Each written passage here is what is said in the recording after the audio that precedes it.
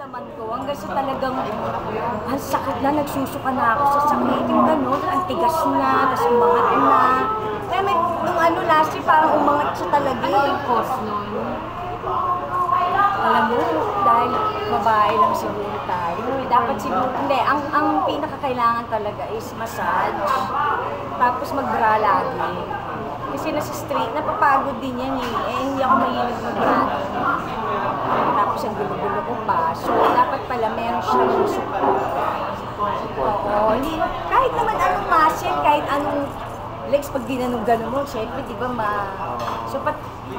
so yun. So, benign naman yung mga symptoms? Benign naman, so okay naman. Pero, sabi ko rin to, dahil gusto ko rin sabihin sa ibang kababaihan na okay lang naman yun, pero dapat din naman naman na pag lalagay na ng mga ganyan, eh papalit-palitan yan or posibleng hindi tanggapin, kung tanggapin naman, kailangan mo pa rin pa-exchange na, eh tuloy-tuloy lang ang opera, ba? 5 years after.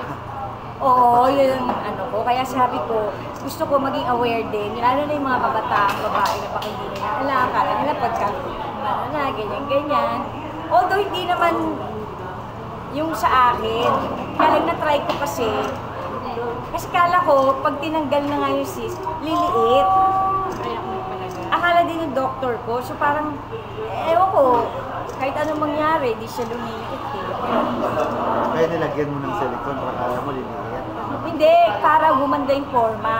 Meron akong litrato, pakikita ko sa'yo. Mamaya. Ganito kalaki nga. Mahihiya. Kasi kung ako ha, wag na lang. Kasi okay. Pero papalit-palitan mo yun eh.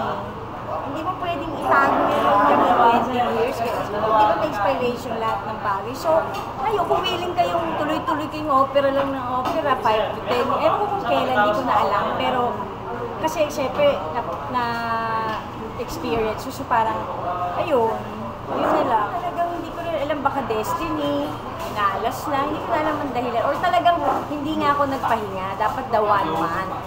Natakot ka ba? Pero okay lang kasi ayoko ng gano'n, yung laki-laki talaga.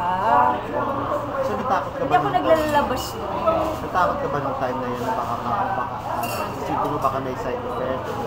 Hindi, una sa lahat dapat, bago ka magpa-opera, meron kang ready ka, hindi yung kagaya ko dahil, sige bukas pa, next week available ako mag-opera. Pero yung mga susunod mo hindi ka may mga trabaho ka pala. So dapat, pag nagpa-opera ka, hindi lang today ako pwede hanggang 3 days. Kumbaga hanggang mga 1 month.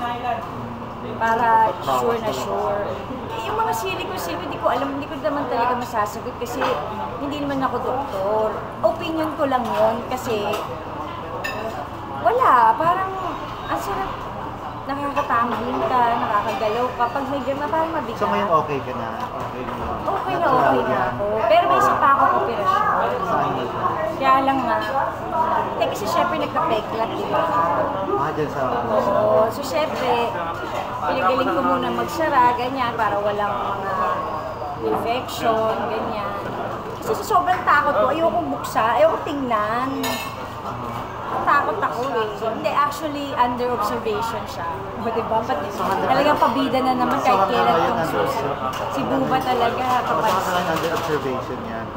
Hindi, kasi pinagaling muna, May yung huli. Tapos, sabi niya, January, bumalik ako. Pero parang, tatakot pa ako eh. Kasi I had 4 operation eh. Tapos everyday ako nasa ospital. Kasi after opera, after a week, tatanggal tayo. So parang fresh na naman. Tapos tinubuhan pa ako eh.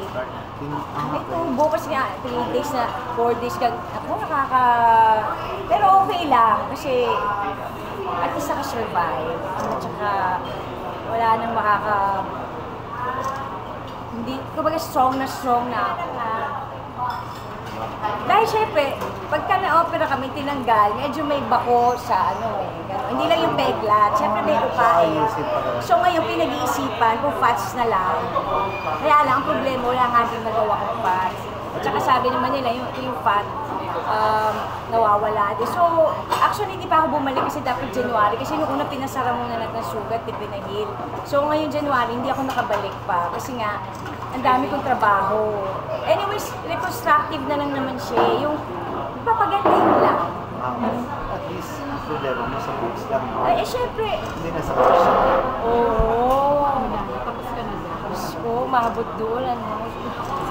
Kaya ngayon nga sa puso na eh. Sarap. Diba? Oo. At least okay na. Kumbaga, Oo. Caring-caring ng lahat. Talagang I've never been this active, this happy. Papasalamat ka kasi nakaligtas ka eh. Grabe yun. Ano, sumisirit ang mga dugo and all. Gising ka ba? Gusto mo, bigyan ko tayo ng picture. Para lahat sa'yo. Gising ka nung Yung, hindi, dalawa, hindi kasi isa pa yun. Ang dami mong antibiotics. Ilang buwan ako nasa antibiotics. Tapos may mga painkillers na lalakas. So parang alam mo yun, lagi kang bangel yan at gamor. So parang, kaya ako nag-workout ngayon, January, nung kaya ko nang itaas. Tapos di pwede itaas, di pwede mag-swimming. Kailangan nakahiga ka lang ganyan. for how many days? March, April, May, June, July. Ay, May lang, alam May lang pala. So hanggang 3 months ka? 3 months, pero Nakahiga? oo, at tapos hindi pa yun. Meron ka pang 6 months na pwede ka na tumayo-tayo pero hindi ka pwede mag-swimming.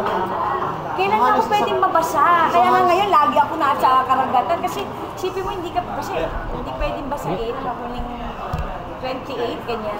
Ito lang. So halos isang taon ka pala last year na malaking pabigat yung boobs mo. Tingnan mo yung concert namin ni Gladys, yung For the Best, yung isa nakaangat na. Kaya pala umaangat na dahil namamagal. Ewan ko kung ano. Basta anyways, ano lang naman. Importante. I think. So you're looking forward for a better pricer na. For a breast. O for a better. Hindi na tayo for the best, for the breast. Yun na yung umpisa. For the best breast. Best breast. No? Kaya lang miss ko sa mga chikahan natin eh. Dapat puro ganun na lang linggo-linggo.